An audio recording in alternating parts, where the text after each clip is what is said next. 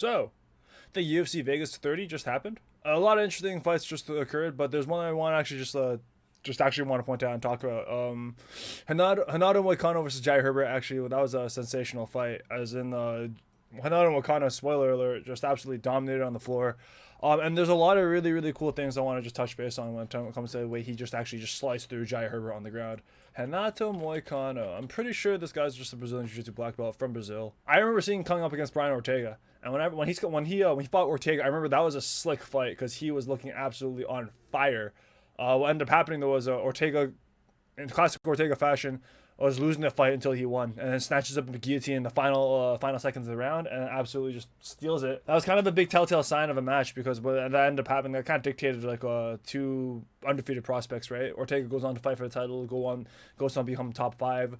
Renato Moicano, while still showing lots of flashes of brilliance, so to speak, still has a lot of issues in terms of cracking top 10. I ended up following him a little bit more. If we're just looking at his record right now, I remember seeing a few key moments. He beat Calvin Kattar. Calvin Kattar is a huge win, and then he goes on to fight Cub Swanson, RNC's him, and he fights Jose Aldo, and that was actually kind of a nail biter of a moment. But then we just see a classic OG Jose Aldo just actually take it to Renato Moicano, heard him rock him once, and then immediately just swarm on him. Vintage Aldo performance. It's not the greatest thing, but then he bounces back against who other than the Korean Zombie. I actually picked Renato Moicano over the Korean Zombie, despite being a huge Korean Zombie fan. Korean Zombie starches him. Oh my god, it was a dirty KO. So, I mean, you can't win them all. But at the same time, even in those losses, Moicano looks really, really good. He looks really, really good. If there's something I want to talk about, it's just like, let's talk about his guard passing in this fight. So, if we actually go switch to the fight cam. Alright, so boom, you see his left leg's about to step over Jai Herbert's right leg, right? And he gets the big trip. This is a really safe way to take someone down. The idea here is that, like, if you look at the way Moicano's holding him, you'll see that it's like over under, but he's like locked over the elbow. And since he's locked over the elbow, you know when they fall, he's going to, at the very worst case scenario, land in half guard. If he's planned for it, at the best case scenario, he takes the mount, and it doesn't matter where his arm positioning is. If he lands over both knees, he's sitting on him perfectly. It's money position to be in. Absolutely money position to be in. So they land in half butterfly, open, like, and it's just like a kind of open guard situation. It's not the best position for Jai Herbert. It's a pretty solid position for Moicano.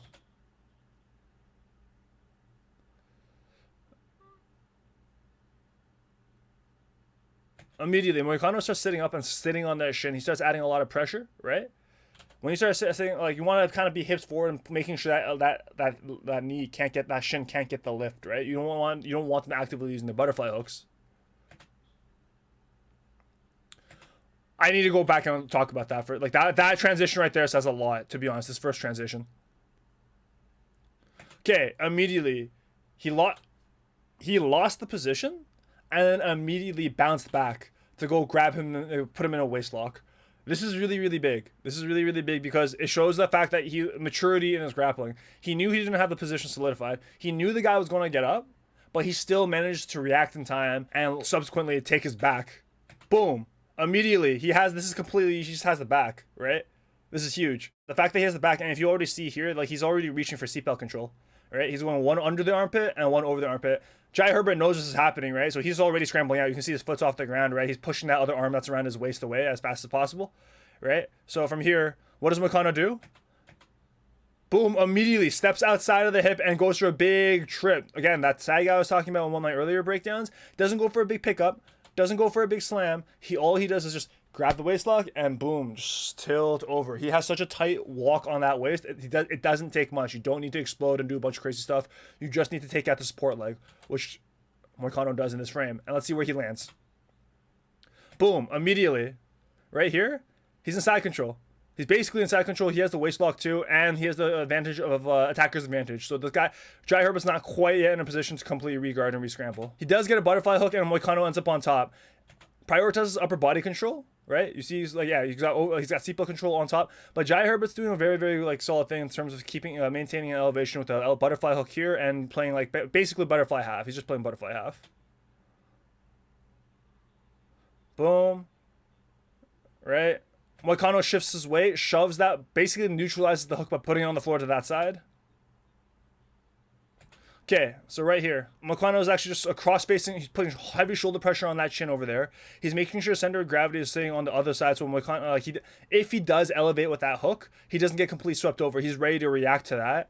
And first, right now, I'm not sure what he's quite fishing for at the moment. No, his head is trying to go underneath the armpit. Ah, I see. He's trying to go underneath the armpit so he can like get a staple both points of contact in Jai Herbert's upper body onto the floor. I think, right?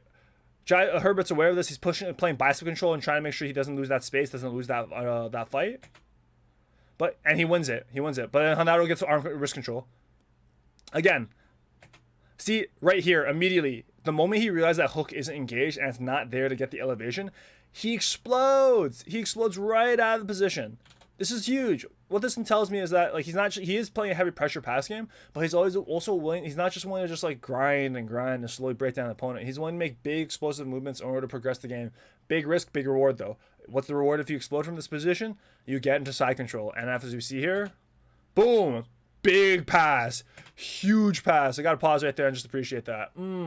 Money pass. I love it. I absolutely love it. It's like he gets the underhook caught underneath him, and now he's stuck. He just gave up that big money pass he got with the big jumping sweeping motion. He loses it, right? So he's back into square one. But I think this is what's really great about this fight. It doesn't matter if he's back to square one because look what he does after. Big elevation, all right? He loses the position completely. Right now he's just sitting on top, but he's staying heavy on the hips, heavy pressure, right? Even if he loses butterfly, right? He's just staying heavy, and he's just slicing through this. He does not care.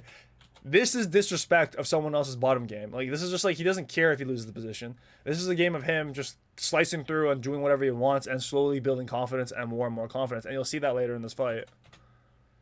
See, immediately, he just said, we got to rewind that. Pushes that butterfly hook down because he's already over the other one because they're both lazy hooks. Right? You think he's going to backstep? No, he goes right back and just takes them out. This is like oh he's very aware how people react when you just see when like you can't see your lower body and you're going by feel. You like as a bottom person who's like on the defensive, if you feel someone starting to pass, there are typical things that you're trying to look for. Moicano is that much. You can clearly see there's a skill discrepancy here, and Moicano just proceeds to bait him by going, oh, I'm going to do the typical pass with a back step. No, I'm just going to go straight to mount instead. Absolutely baited. I love it. So from here, he just has the full mount now. And you can see he didn't step into it. He wasn't being aggressive about it. He just absolutely just took it as like with no effort. There's no concern here.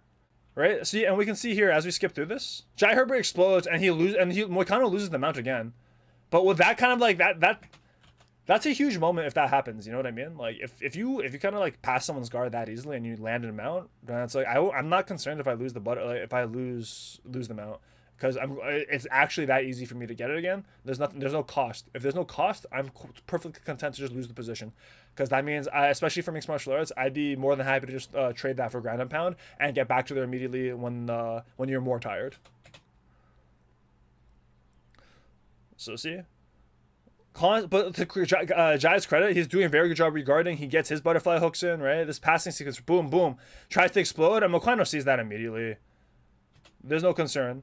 I guess the big thing I just want to like basically more or less just discuss then in what he's doing is just like it's not the fact that he's passing his guard, it's the fact that he's passing and he's being incredibly aggressive about it. It's like there's like a lot of people play for points. Like once you proceed to another position, right, you don't go back, right? That's a very common sentiment that's taught in a lot of classes, and it's for good reason. Why would you just take a step backwards in life in general, right? Like if you're going past and move them out, just take it, win, right? But no, he's not. He's taking them out, and he's proceeding to beat him up, and then lose it, and then just go, whatever, I'll do it again, because I know I can. Huge style points, huge skill discrepancy. Anyways, let's skip a little bit more in this fight and see what happens, because the first round, that's pretty much the only big thing I really want to take note in the first round.